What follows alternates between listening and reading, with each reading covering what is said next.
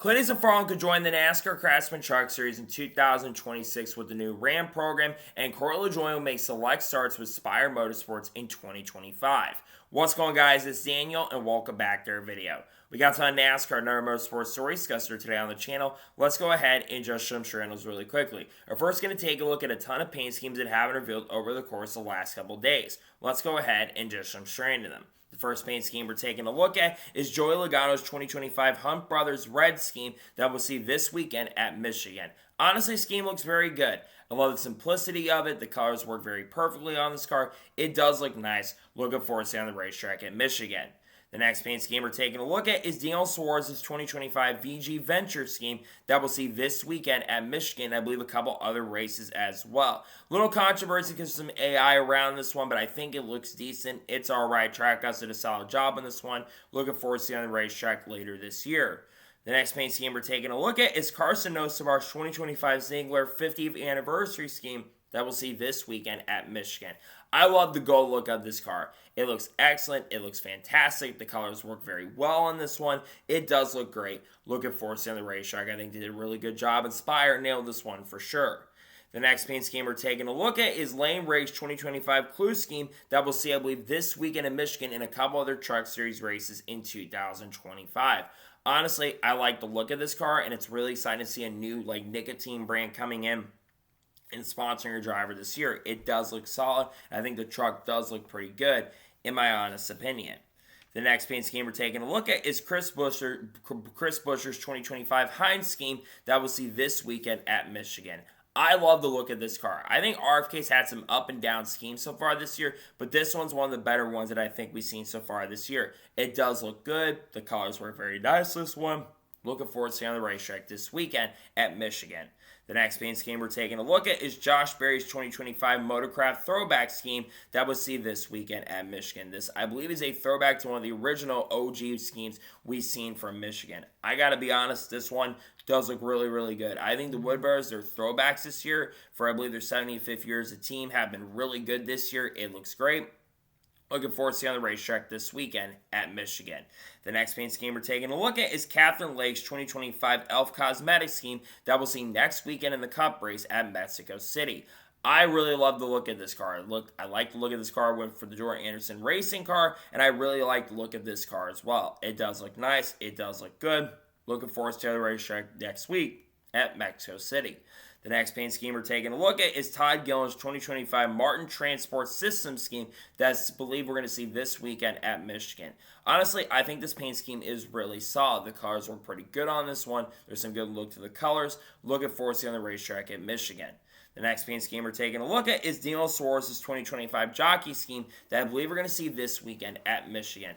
I like the look of the Jockey card. This is kind of very similar one that Ross Chastain had, I believe, last year, I'm pretty sure. And I think Suarez also had this one at some point this year. I think it does look nice. The colors do look pretty good. Looking forward to seeing on the racetrack at Michigan.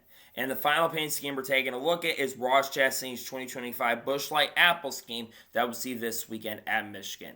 I have always been a big fan of the Busch Light Apple cars, whether it's been Kevin Harvick who's had the colors or whether it's been Ross Chastain. It really doesn't matter. The colors work very good on this one. They do look really solid. They do look really, really nice. And I think it's going to be a nice car out on that track at Michigan. It looks great. It looks absolutely fantastic. Looking forward to definitely see on the racetrack this weekend at Michigan. And now we're going ahead and jump on to the next story of today's episode as we're talking about truck lap sled in the Craftsman Truck Series in 2025. As reported by the NASCAR Insights account, I believe yesterday, that according to them, Corey Heim has so far led the most laps in the Craftsman Truck Series in 2025, which of course is 812 laps. The next highest, get this, is Chandler Smith. He's only led 188 laps. Followed by Roger Kroof, who's led 186 laps. Corey Heim has been the dominant truck in the NASCAR Craftsman Truck Series. It is not even close at this particular point. He's been dominant this year. It's been an incredible season for the driver of the 11 truck, and I think it's clear as day that Corey Heim should, of course, be in the NASCAR Cup Series at this point. The big thing is, it sounds like he probably won't be full-time next year, which I think is really unfortunate because I think he's way too good to be sitting around and sitting in Craftsman Truck competition next year. I really hope that by the time we get around, he is in the Cup Series in 2026, at least maybe with the team, but the problem is that's probably not going to happen. So I think it's really impressive that Heim continues to be doing great things in the sport, and I think it's pretty cool to see that Heim is still dominating. He's going to probably have an opportunity to lead the most laps he's ever seen in a Truck Series season, and he might even reach 1,000 laps led in the next couple events. And now we're going to head on to the next story of today's episode as we're talking about Denny Hamlin. As reported by the NASCAR Insights account on Monday evening, that Denny Hamlin scored Toyota's 900th top 5 finish in the Cup Series from this past weekend's race at National Superspeedway. They are now the 4th manufacturer of all time to reach 900 top 5s in NASCAR Cup competition. The other 3 are Chevrolet, which I believe Chevrolet has like 3,000 or 4,000 or something like that.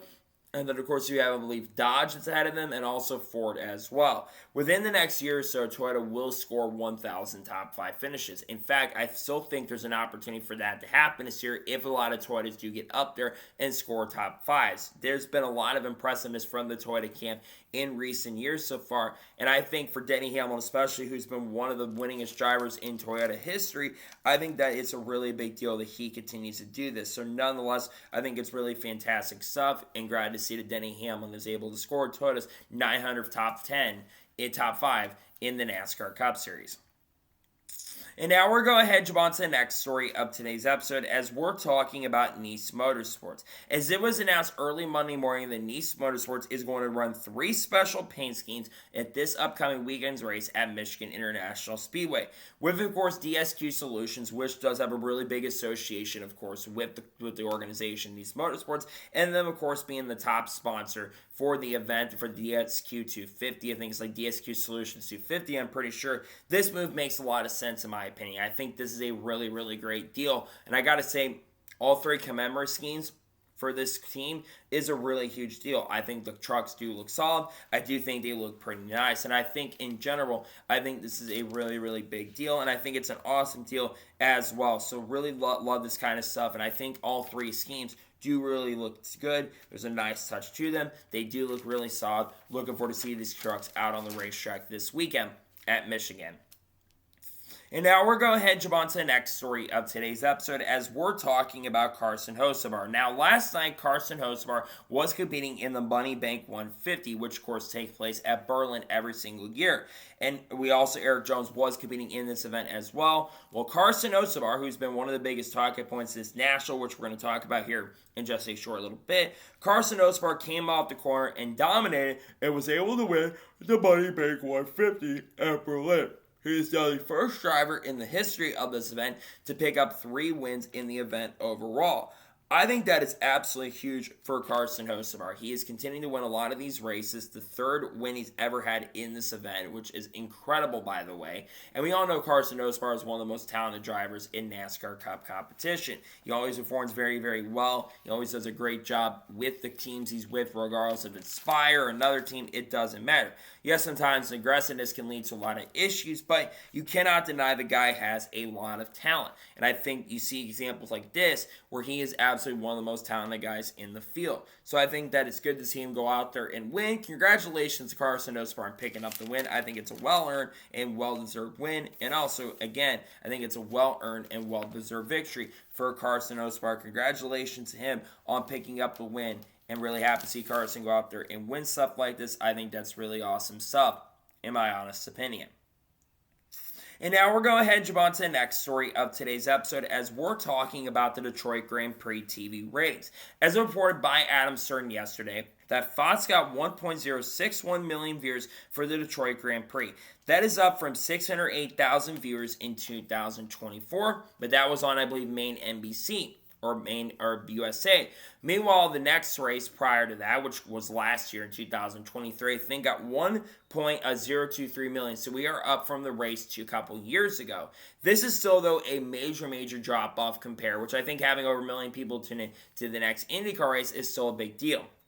The problem is, you still had over 7 million people that tuned in the Indy 500. So you had an almost 80% drop minimum of people tuning into the event. And I think that is a really, really big issue. And one of the big problems that IndyCar has is, I think an issue is, one, you're going to a road course. I think if you were going to an oval like Michigan, for example, after this event, or going to Milwaukee for that matter, I do think while the ratings would drop, I don't think they drop as significant.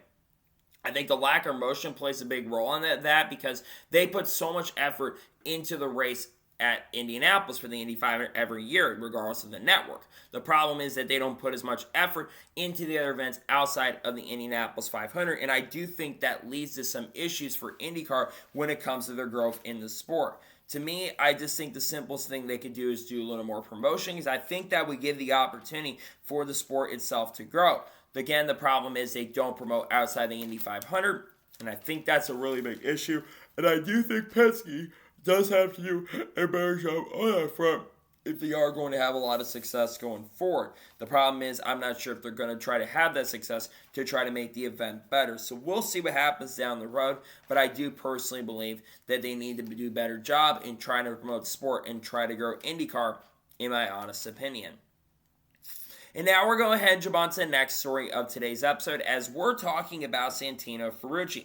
As it was announced on Monday late afternoon that Santino Ferrucci, and who of course drives the number 14 car for AJ Foyt Racing in IndyCar, has been handed a pretty big penalty after the IndyCar race at Detroit. He has been handed a 25-point penalty and also a 25 entry point penalty as well, and his team has also been handed a $25,000 fine.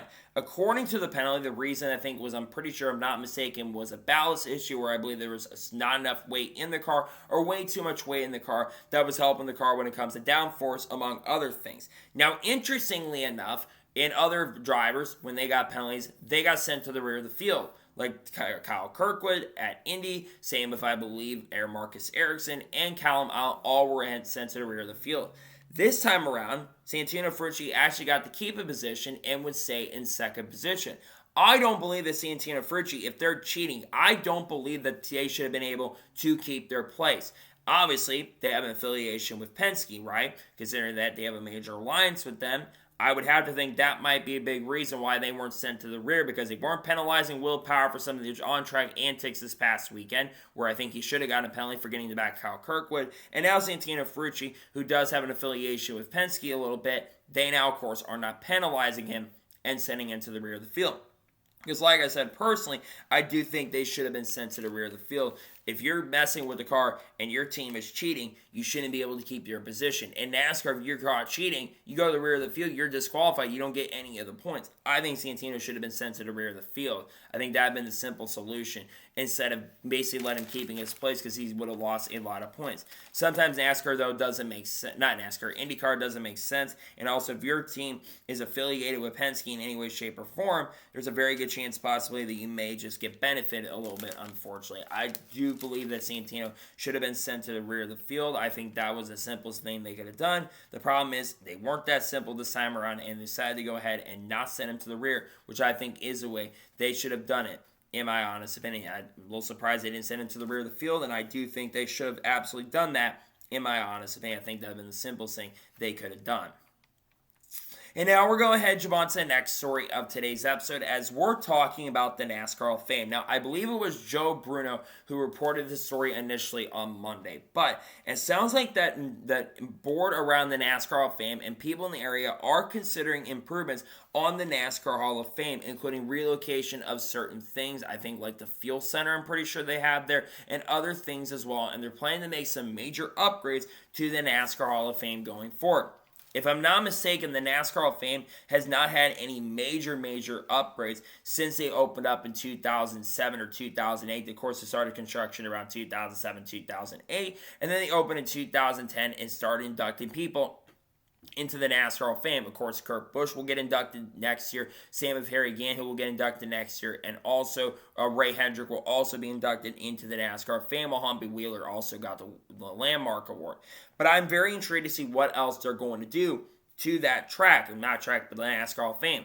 I think if something interesting can happen, I think it would be really cool. I would love to see the NASCAR fame have some new stuff and some new additions to it going forward. So I do truly believe that having some new additions to something like that could be a really big deal for potential growth. So I am very interested to see what exactly they're looking and planning for the potential future of the NASCAR Hall of Fame, whether maybe down the road it means because they are running out of space for more people because they're going to at some point run out of opportunities to get people in. There was a lot of conversation from people, even the industry, like Door Bumper Clear, which we're going to talk about just a short little bit.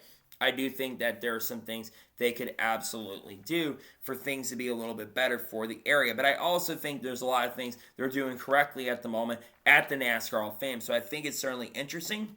And I'm intrigued to see what they're going to end up doing with the NASCAR Hall of Fame going forward. We'll just have to wait and see if they decide to go ahead and make major changes. It sounds like there's some talk they could make some major changes to the NASCAR Hall of Fame in the not-so-distant future and spend around $25 to $30 million on that front, which I believe is certainly interesting. And now we're going to head on to the next story of today's episode, as we're going to talk about the National TV Xfinity Series ratings. As for the first time in 2025, the Xfinity Series has failed to reach 1 million viewers, according to Adam Stern. The CW got 988,000 viewers at National Super Speedway, ending the streak of 13 straight races over $1 million, a streak that had gone on as the longest since 2016. Again, this is the first time that this had under 1 million. And I do think that is a little bit unfortunate because I do think the Xfinity Series this year has done a really, really good job when it comes to promotion. And I also think that it's done a really good job getting people to tune in. Now, it was up a lot from last year's event. I think the event had only around 600 to 650,000 people that tuned in. So you still had almost a 30% increase of viewers, which I still think that is a really, really big deal. But I think it would have been really incredible if we would have continued this streak in race number 14 and had 14 straight events, because I believe that would have been almost a record for the NASCAR Xfinity Series. I think the Xfinity Series has definitely grown a lot in popularity this year, and I think it's because of the consistency. I think having a consistent place to have races on, I think that is a very important detail. So I think that it's disappointing to see that number be down under 8 million, but it's also still a big deal that Xfinity is continuing to grow at the rate it is. Plus, National doesn't always get the best TV ratings. We'll talk about the Cup one here in just a short little bit. But I do think, in general, the Xfinity Series has been doing a really good job when it comes to growing and the effort they've been putting in this year. And I do think, in a nutshell, there's a lot of positive to come out of this because you still had over 1 million people tune in. But I do wish that number was a little bit higher. That being said, I do think the number is solid. It's not spectacular by any stretch of the imagination, but I think almost having 1 million people tune in to Xfinity is still pretty good. I think the number in general is a solid number for the NASCAR Xfinity Series. I do like the number they're continuing to bring, and I think that number will continue to grow going forward. Hopefully in Xfinity, maybe get back over 1 million. We do go to Mexico, which I think you're going to have a lot of people tune in to the Mexico races.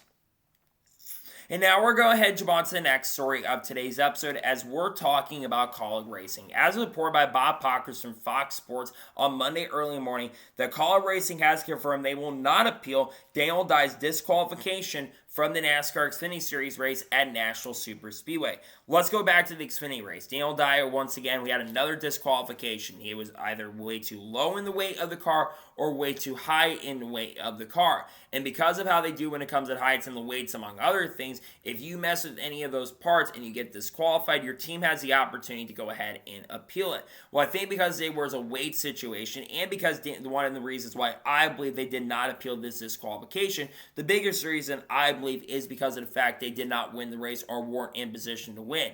Yes, Daniel Dye had one of his best performances of the season and he ran top 10 most of the event. But if he wasn't contending for the win, there wasn't going to be a chance and opportunity for him to pick it up. Nonetheless, I still think that it showed they had decent speed, but I also think that, again, if you're messing with these parts on the car and you get caught basically in trouble, we will see disqualifications. I just hope sooner rather than later we get to the point where we're not having disqualifications every single week, because we have had so many disqualifications in NASCAR Cup, Xfinity, and Truck Series competition. You think about this year, Daniel Dye, Lane Riggs and trucks from last week or earlier this year at Charlotte. You think about Sammy Smith in the Xfinity Series race the prior week at Charlotte Motor Speedway. Lane Riggs at Kansas. You think about other events this year where we have seen a lot of disqualifications. Joey Logano, Ryan Preece at Talladega, for example. Parker Kligerman at Daytona. Jesse Love and Rockingham, where those guys had originally won the race. Guess what? They weren't the winners. So I really hope in the near future we can go ahead and start seeing less of these disqualifications. But I think we're also going to continue seeing more of these going forward into the future. So because I think people are looking for those gray areas to try to find an advantage. So I think we'll see a lot of those going forward. Do I think that we need to see less? Yes, but I think we'll continue seeing a lot more disqualifications in NASCAR competition going forward in all three respective series. And now we're going to jump on to the next story of today's episode as we're talking about Connor Zilch. As it was reported by Bob Pockrass yesterday that Marty Lindley, who is his crew chief, will be suspended for one upcoming race in the NASCAR Xfinity Series due to having two loose lug nuts on the car. However, they have gone ahead and deferred that suspension for the upcoming race at Mexico City. Instead, they will go ahead and serve that suspension at the race after, which of course is Pocono. Now, why have they gone ahead and deferred the suspension? Well, the big reason is because of the fact that the next race is in Mexico City. And I think Marty Lindley, who is one of the best crew chiefs when it comes to like short tracks, for example, but also when it comes to road courses, Marty Lindley is one of the best when it comes to making basically tire adjustments among other things and other adjustments on the cars. And I think for Connor Zilch, he's going to need a crew chief. I think having a different crew chief could really hurt Connor Zilch's opportunity to go to victory lane. So I think that is very, very important. I think having Marty Lindley come in and be the crew chief for that event, I think that is a major, major deal. So I think, again, having Marty Lindley for the weekend is going to be a really important deal for the event. And I think in a nutshell, I think that's what we need to see. We need to see consistency with those crew chiefs. I do think Marty Lindley is going to do a good job this weekend, or next weekend, I should say. And I do think in a nutshell, it's pretty cool that he'll at least will be back for this week. I do think, again, he'll serve at Pocono, which again, that race doesn't have as much importance. Yes, Connor does have a win, but we know Connor is a favorite to win the NASCAR Xfinity Series race at Mexico, considering how good he is at those types of road courses. I think it'll be a factor in those events, and I think it's nonetheless really good and that Marty Lindley will be around for this event. It's interesting they changed the rules for this season, but at the same time, at least Marty Lindley for Connor Zilch fans, you don't have to be as worried because he will be the crew chief next week at Mexico. He will not be the crew chief of Pocono, but he'll be there for Mexico, which I think is the most important thing overall, in my honest opinion.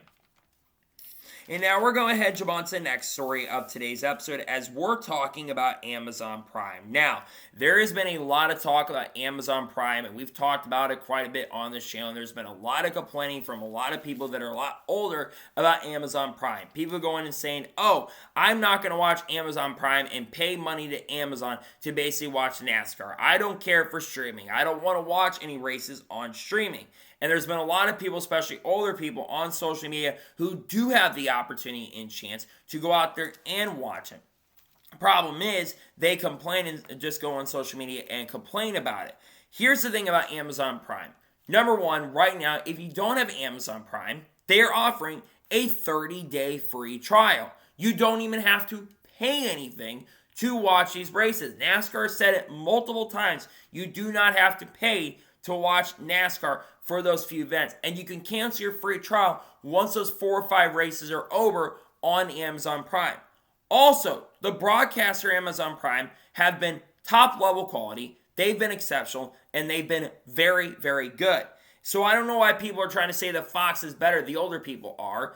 And again, even if you have to pay for it, which is true, you're still only paying $15 a month. You compare that to like cable packages or even YouTube TV, where you're paying $83 a month for YouTube TV, and for Fubo, you're paying almost $84 a month for a cable subscription. You compare that to Amazon Prime.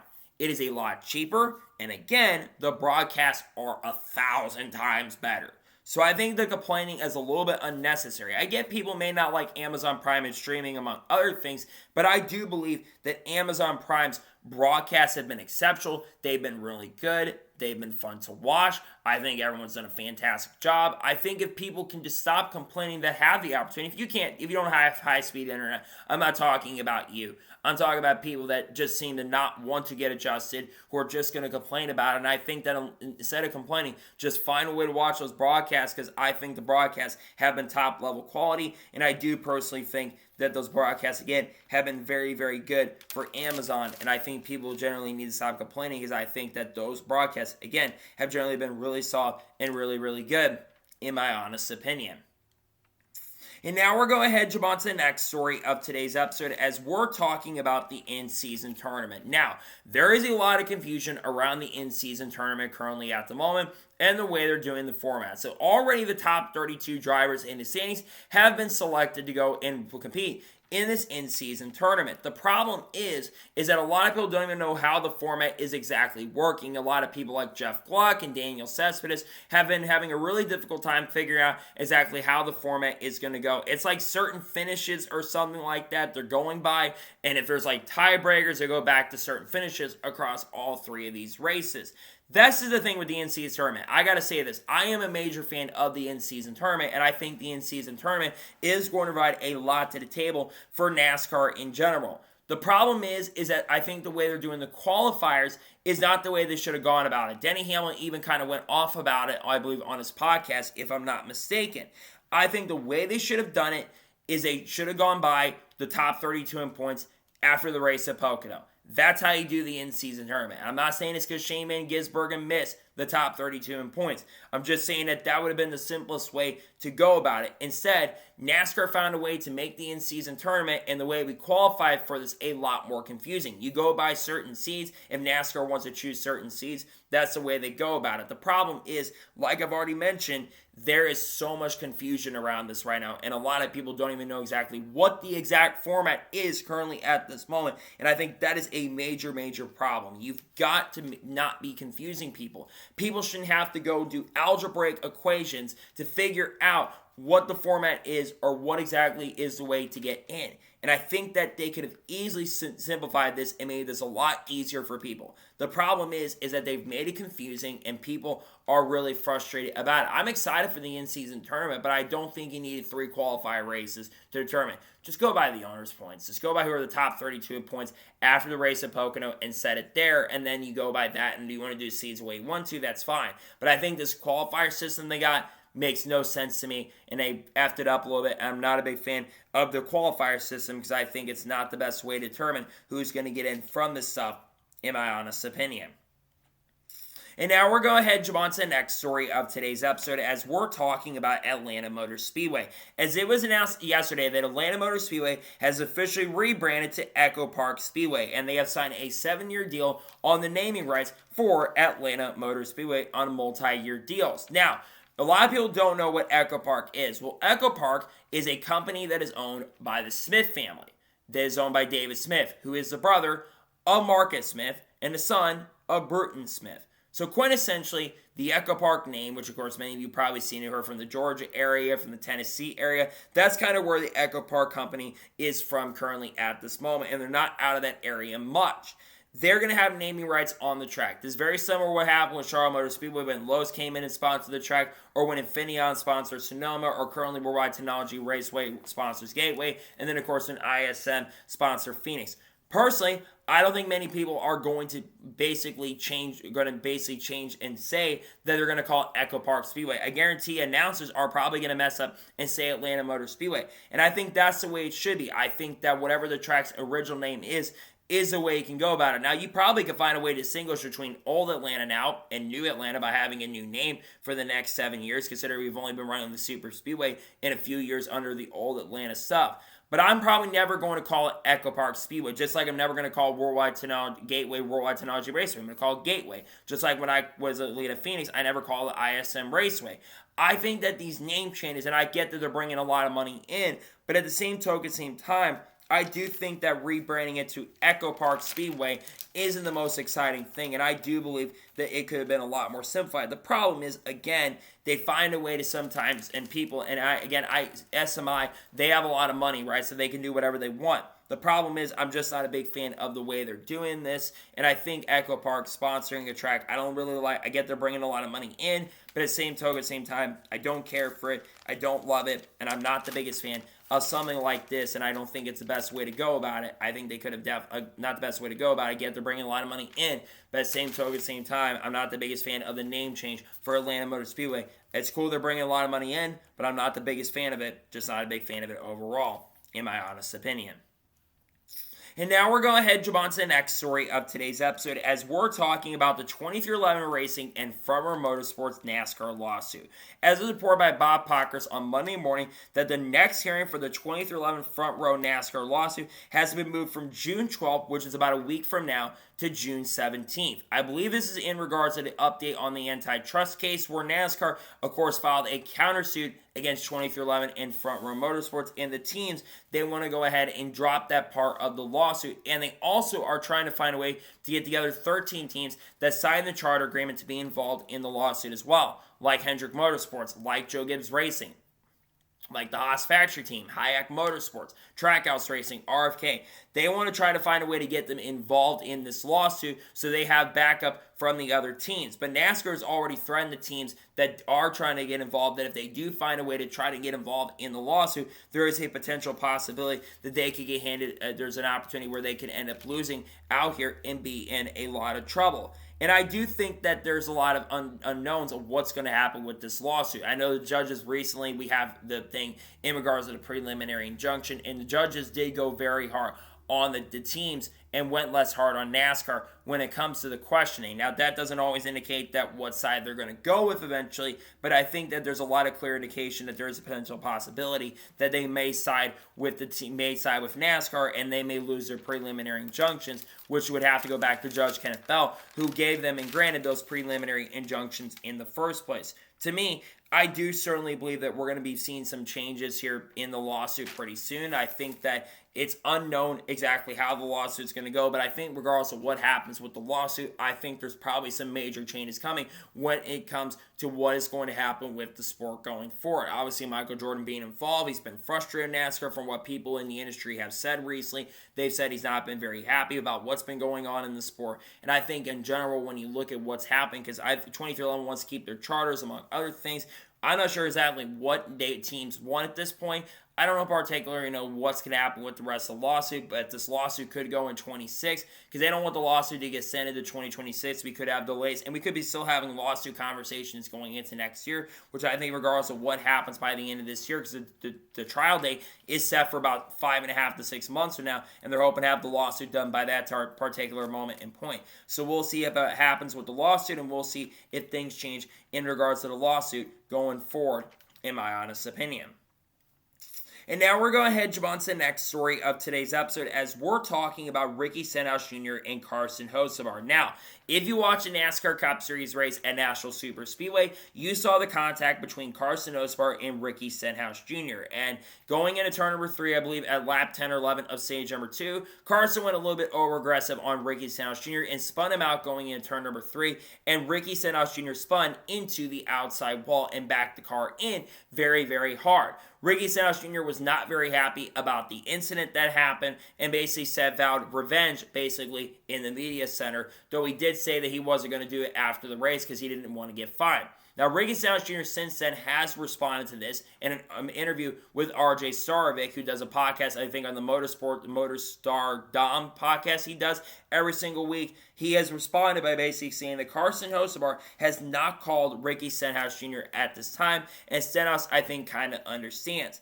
In my opinion, I think for Carson Osbar, I think maybe he probably should have called him at this particular point so that Senos is not as angry. Now, look, I think we all know Carson Osbar is a very aggressive race car driver, but I also like Carson Osbar a lot as well. But he also is growing a reputation where he is a guy that wrecks a lot of people. And I think even Jeff Dickerson brought this up on Door Bumper Clear, which we're going to talk about here in just a short little bit. There needs to be a place where you are aggressive and you're not aggressive. And sometimes I think Carson doesn't exactly know where that line is. But also, Carson is very, very fast in underfunded equipment, and he's got an outside chance, in my opinion, to go to victory lane in the Cup Series race this weekend at his home track. He's almost won Nashville. He had a car that was fast in the Coke 600, and I think the 77 team is finding speed at tracks where they shouldn't be finding speed. The problem is there are times, in a nutshell, where Carson Osbar can be a little bit over-aggressive, and there's a lot of people in the Cup Series who have been frustrated with him. Now, I think that basically teams and drivers that say something, they probably need to do something about it instead of just saying, oh, we doing this and we're not going to do anything about it. I think at some point you're going to have to step up and go against Carson, because especially once Carson, in my opinion, gets into top level equipment, I think he's going to be a championship contender. A lot of people think, even Carl Edwards said this on the Amazon broadcast, but I do think that once he gets into top level equipment, he's going to be pretty unstoppable in Cup competition, very similar to how Kyle Larson is right now. Because if Carson's this good with Spire, I can't imagine seeing what he does with a team like Hendrick going down forward in the future. Because we know that Hendrick is very high on Carson Osbar. You just got to clean up some of the antics on the track, which he's still also a relatively young driver. But he's really, really good. He shows a lot of, he does have a little bit of aggressiveness. Sometimes can show a little bit too much and can lash out a little bit from times when he gets upset. But in general, he's very talented. But also a lot of people are not happy with him, including Ricky Senos Jr. at this particular moment and point. And now we're going to jump on to the next story of today's episode, as we're talking about the NASCAR Cup TV ratings from this past weekend. And they are certainly very interesting. According to Adam Stern, Prime got a 1.01 rating and 2.06 million viewers for the Cracker Barrel 400. That is down from 3.24 million viewers when that race was on NBC. But remember, the race got moved to USA Network at the end of the event, and it actually dropped down to 2.13 million viewers on USA Network at the conclusion of the event. Because remember, if I'm not mistaken, I think there was some stuff going on with the president of Donald Trump at the time, or they were basically having to move it off the air for nightly news, I'm pretty sure, at that particular moment, because there was a rain delay that affected the race, and there also, of course, was a lot of crashes that were taking place at the end of the event. So honestly, not being much under that USA Network number is a really big deal. And what's one of the big things that they're looking at? They're looking at the younger demographic. Now, they did not reveal any of the information from the younger demographic, unfortunately, which I think is really important, because last week we talked about this. They had about 2.5 million viewers, I'm pretty sure, for the event. But they also, like 3 million viewers for the Coast Center, something like that. But they also did have about 30% of the demographic they're looking at, which was 800,000 viewers in that 18 to 49 demographic. And I think that percentage number is very important. NASCAR knows that they are not going to have they're going to have a short-term loss.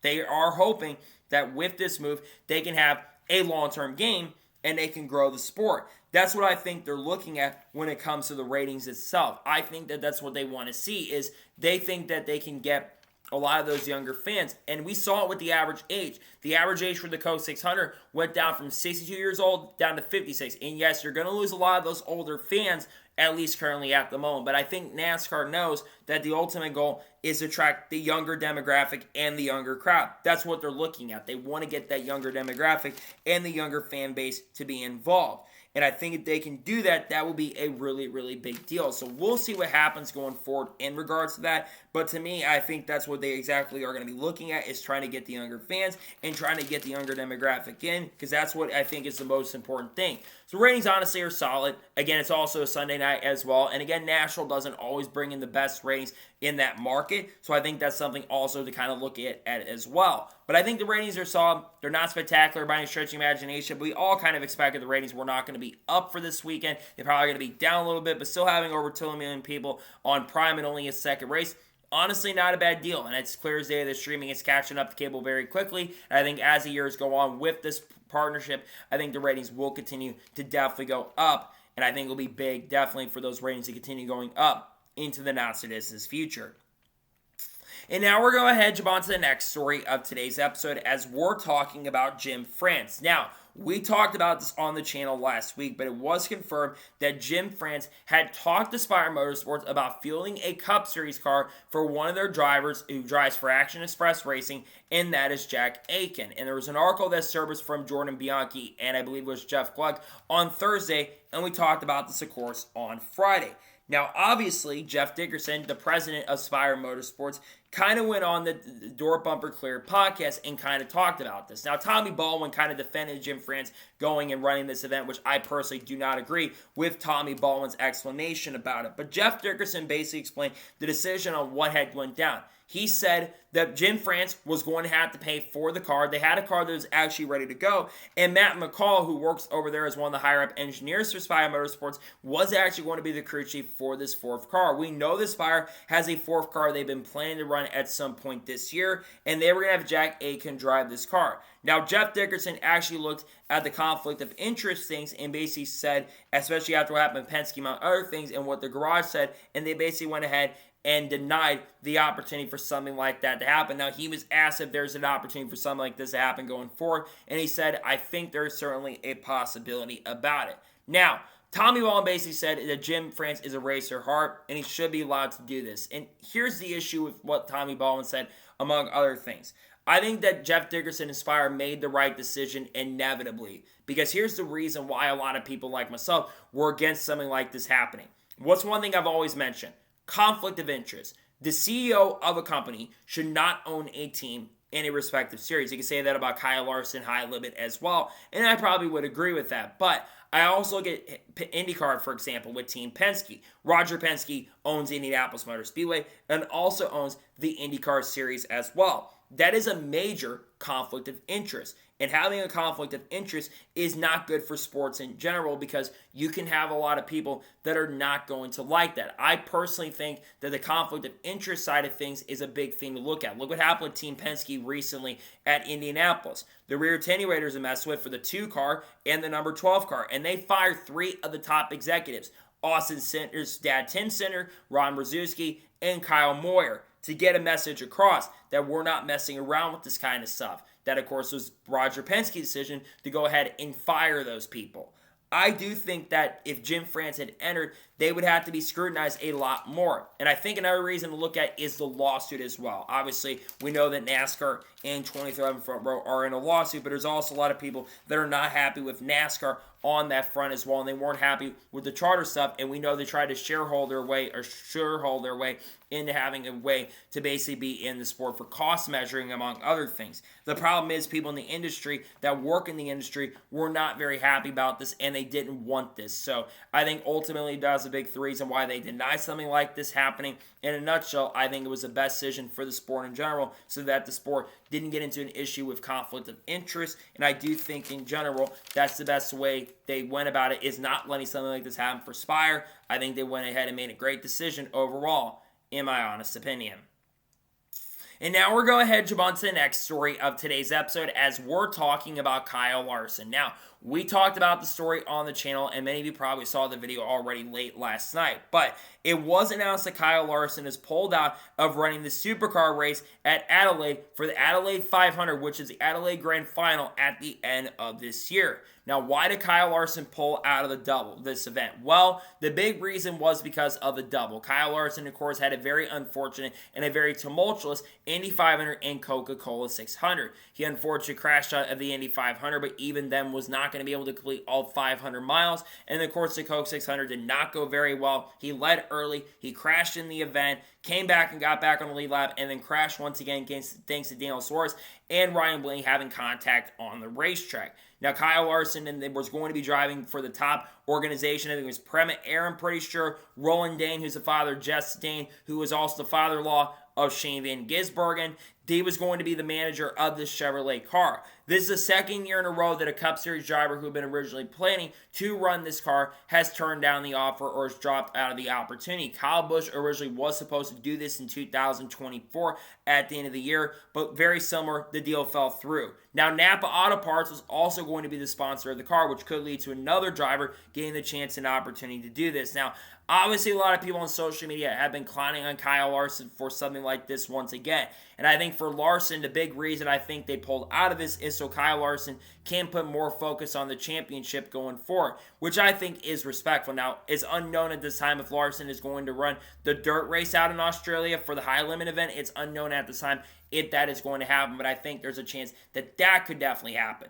But for Kyle Larson, I think it sucks to see that he is not going to do this. Do I think Larson was going to go out there and win? No, probably not. I don't think Larson was going to go out there and be extremely competitive and go for the victory. But I think it still would have been a major deal for NASCAR in a nutshell. I think crossover, regardless of who it is, whether it's Kyle Larson, Shane Van Gisbergen again going down there, Chase Elliott, Bubba Walls, Joey Logano, Alex Bowman, you name it, other people like LED, if she ever came back, Ryan Blaney, Ryan Prix, Brad Keselowski, all the good stuff, Joey Logano too, William Byron, all those guys doing the crossover would have been a really huge deal for the sport and the potential growth of it. And I think having the crossover is very, very important. Again, I think Larson's commitment to NASCAR now, which seems like that's going to be the case, I think that's a big reason why this did not end up happening, unfortunately. I think down the road, you could see it happen. And hey, there is a certain driver that has Napa sponsorship who would absolutely fit the criteria for doing this. Obviously, talk about Chase Elliott. Would Chase Elliott want to do it, though? I'm not sure. I think Hendrick would love to see him do it, but is he going to want to do it? I'm not sure at this particular moment. But I think for Larson, I think regardless of what had happened, he would have been, competitive or not. But we've seen so many drivers in the supercar world come out and race in NASCAR. Jack Perkins, who's won the supercars, he's going to run at Portland with Joe Gibbs Racing at the end of the year. You've got Cam Waters, who's going to run that Chicago. You're obviously going to have other drivers that are going to run the Chicago event as well. You're going to have Will Brown, who's going to run it, and you're also going to have Brock Feeney, who's going to run the Xfinity race. You've had Brody Kostecki come over, and obviously Shane Van Gisbergen is the main guy that has come over, and I do think you're going to see more people get the chance and opportunity in the supercar world and come over and race in NASCAR. And I think that we need to see that on the other side of things where NASCAR drivers get the chance and opportunity to go over and race in supercars. I think that could play a major role down the road. And I do believe I want to see Larson do it in the future. I think Larson down the road will do it, but I think after what happened with the double at Indianapolis this year, I do think that played a major and a very important role why Larson is not doing it, unfortunately. I wish it would have happened.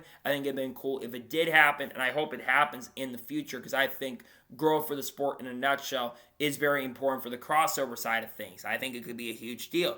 Unfortunately, Larson not doing it, it sucks, but it's also unfortunately not the most surprising thing overall after what happened in Indy. The deal was expected to be announced this week, and it will unfortunately not happen this year, which is really unfortunate. And now we're going ahead and jump on to the first of two major stories in today's episode as we're talking about Corey LaJoie. As it was announced late Monday afternoon that Corey LaJoie will drive a 07 truck for Spire Motorsports for 9 of the final 13 NASCAR Craftsman Truck Series races in 2025. His first race will be at Michigan International Speedway. He'll run at tracks like Talladega at the end of the year. He's also going to run the Charlotte Roval near the end of the season. He is going to run Phoenix. I believe he is going to run at Martinsville at the end of the season as well. He is going to run at, I believe, at Pocono, I'm pretty sure, in the next couple weeks or so, and drive majority of the remainder races in the truck series this year. This is very interesting considering, in fact, when you look at some of Corey LaJoie's comments he has had very recently about the NASCAR Craftsman Truck Series. He made the comment that he didn't want to race against 12 people, and then, of course, he had the AI-generated comments and put that out there in an AI-generated post on his Twitter page, or X page, as people like to call it. But going back to this opportunity, this is a really good opportunity for Corey LaJoie. Now, apparently he is still technically under contract with Spire Motorsports through 2025, and Jeff Dickerson wanted to honor that said contract for Corey LaJoie. To me, for Corey LaJoie, this is a great opportunity to come back over to Spire and be with a competitive team. Now, looking at that 07 truck, however, the 07 truck has not been that strong this year, unfortunately. It hasn't had the overall pace and speed to be much of a contending truck this year. It has the 07 has unfortunately been very, very inconsistent at times. The only driver that's won that truck this year is Kyle Larson, and Kyle Larson, of course, was big only because Corey Heim had issues in the event. He had the second best truck in the field, but not a race-winning truck. When he had someone that wasn't having issues in the truck, that being at Bristol, Chandler Smith straight up beat him at the event because Larson had a hard time passing trucks because it was so difficult to pass at Bristol Motor Speedway. And then, of course, you think about Kyle Busch. Kyle Busch struggled to even get inside the top 10 at North Wilkesboro, and even though he did run top 10 quite a bit of that event, and then he struggled, unfortunately, at Charlotte, where he ran like 10th, or the next race in Nashville, where he ran 10th to 15th in a majority of the event and struggled with the overall lack of pace and speed in that truck. So what do I expect for Corey LaJoie with Spire Motorsports? Well, realistically, I do think Corey LaJoie will have solid pace and speed. I don't think LaJoie is going to suck like some people think he's going to, because I think that he actually will be very competitive. The guys that do have Cup experience generally run really well. Look at Daniel Hemrick this year, for example. Daniel Hemrick has already gotten a win in the Truck Series at Martinsville, and I do think that he's been really good in the 19. But I also think go back to the comments that LaJoie made. He had an opportunity to go to the number 19 truck and be a full-time driver in the Craftsman Truck Series this year and this season. but he denied that opportunity so that he could be in the Cup Series. And I think that him wanting to stay in Cup for sponsors, among other things, I think that would have been the best way to go about it. But of course, he chose the opportunity to be in the NASCAR Truck Cup Series on a part-time basis, but also he might have never got the chance and opportunity to do the broadcasting side of things, and I think he probably looked at the broadcasting side, and that played a major role in him deciding to not be a full-time in the Truck Series, because if he'd been full-time in the Truck Series this year, he would never been part of the broadcast. And say what you want to say about his driving standards, I do think as a person in the broadcast booth, I think he's done actually a really good job on the pre-race show. He, Daniel Trott, and Carl Edwards have a ton of chemistry in the pre and post race show, and I think he's done a very solid job on the podcasting side and done a really good job on the broadcasting side as well. And I think it just showed that he didn't burn any bridges either with Spire Motorsports. So maybe, just maybe down the road, we could see Corey LaJoie full-time in the Craftsman Truck Series with Spire. Because I think we know Jeff Dickerson has stated publicly that he felt not good about getting rid of Corey LaJoie. He wanted to keep Corey LaJoie with this program. But unfortunately, things happen, and the team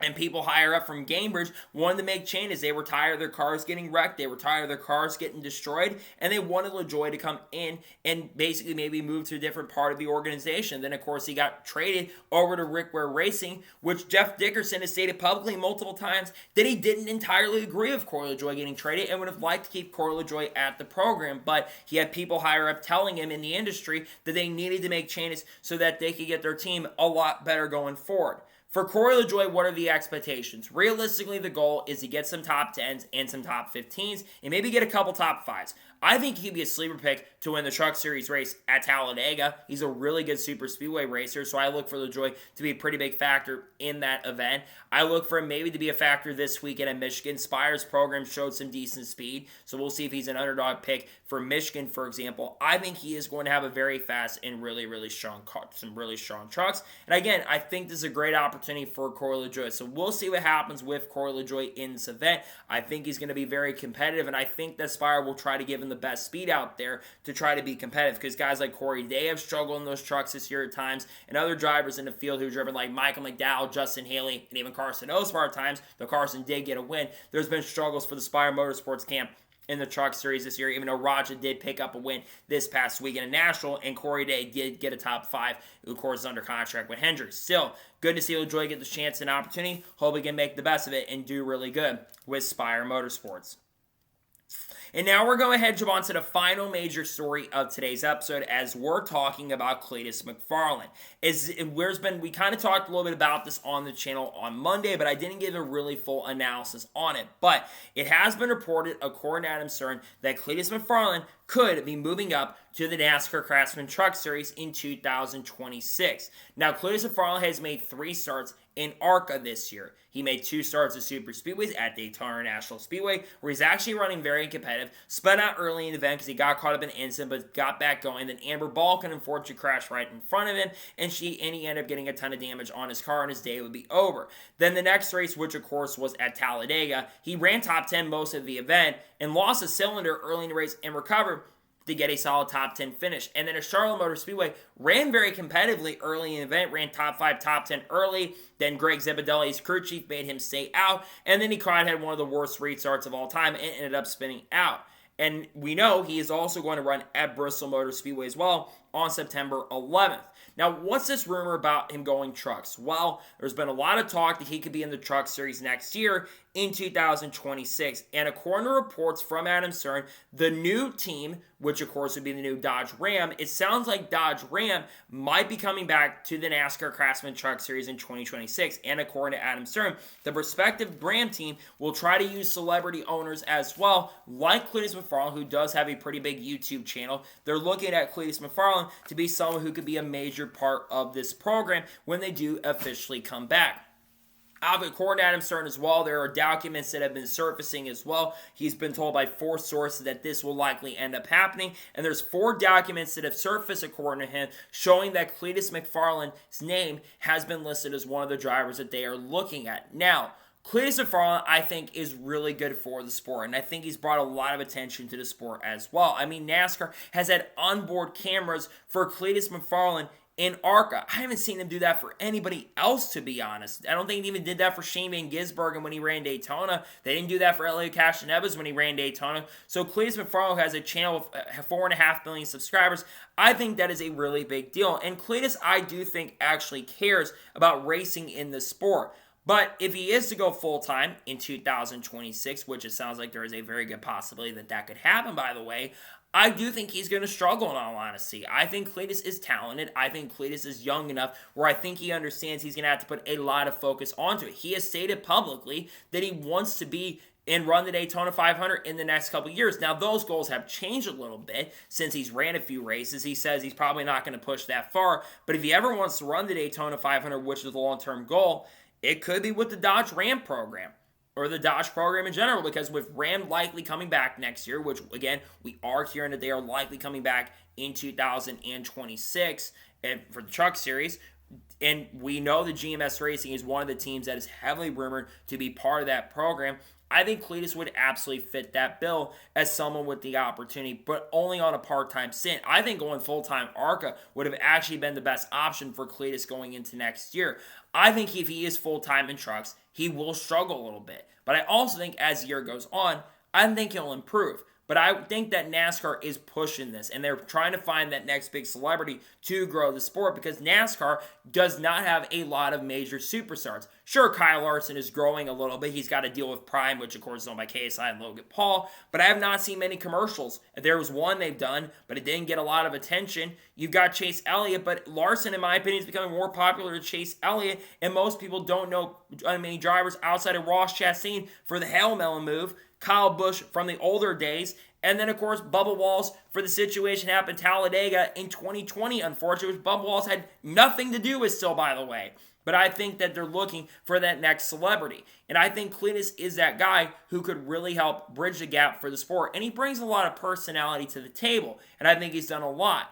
I just think when you look at Ram, I think they should use him more as an owner and a brand ambassador. Maybe have a second truck out there for him to make a few select starts, but not jump him straight completely being full-time in the series. I think being part-time will be the best option to go about this for Cleetus McFarland. But it does sound like they're maybe looking to put him on a full-time stint. And I'm just worried that if Cleetus ends up going full-time next year, that there's probably going to be at least some struggles, unfortunately, out there. But I also think it'd be cool to see Cleetus out there, at least in the Truck Series next year, on a part-time basis. But I want to see him also make more ARCA starts before the end of the year. I just don't want to see him run more of a race at Bristol. You've got Michigan. He's not running that this weekend, but you've got some short tracks coming up. You've got Elko. You've got, I believe, Berlin coming up later this year. You've got maybe a road course like Watkins Glen, for example. That'd be an interesting one to go to. I'd love to see him do more. And Mid-Ohio, I think, is on the schedule this year for ARCA as well, so why not go to Mid-Ohio? I think expanding his schedule and running different types of races would be a really cool thing.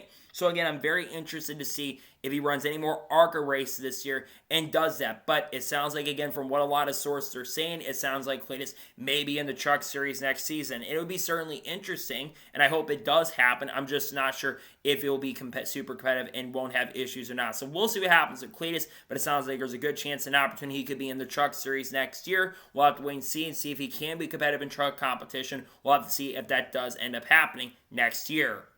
So that is going to be today's long NASCAR news and motorsports news episode. I want to thank you guys for watching. Please subscribe to the channel, notifications on, so notified when a video does go live on my channel. Follow me on Twitter, Facebook, and Instagram, and support me on Patreon as well. Let's go to the below that and comment your thoughts below on today's episode. What are your thoughts about Cleetus McFarland likely being in the Truck Series next year? Potentially, let me know your thoughts in the comments below with the Dodge program. And what are your thoughts about all the other stories talked about today on the channel, including the lawsuit, and also some of the other stories we talked about on the channel, including the news on Corey LaJoie. Let me know your thoughts in the comments below. There won't be likely any videos on the channel unless some major news breaks. Tomorrow, we're going to have race picks for the Truck Series and the Cup Series. We're probably not going to do a paint scheme video this weekend then. We might actually push that to Friday. Might have a news video on Friday as well. We're also going to have an ARC review if the weather holds off. Then Saturday, we're going to have the truck review along with reactions Cup qualifying early in the morning. Then Sunday, we're going to have the Cup review and the starting lineup video for the Firekeepers Casino 400. We got content coming on people like Haley D and Shane Van Gisbergen, Cards, Kurt Busch, Kyle Busch, Bubba Wallace, Ross Chastain, Bourdain, Cam Waters, Brock Feeney, Will Brown.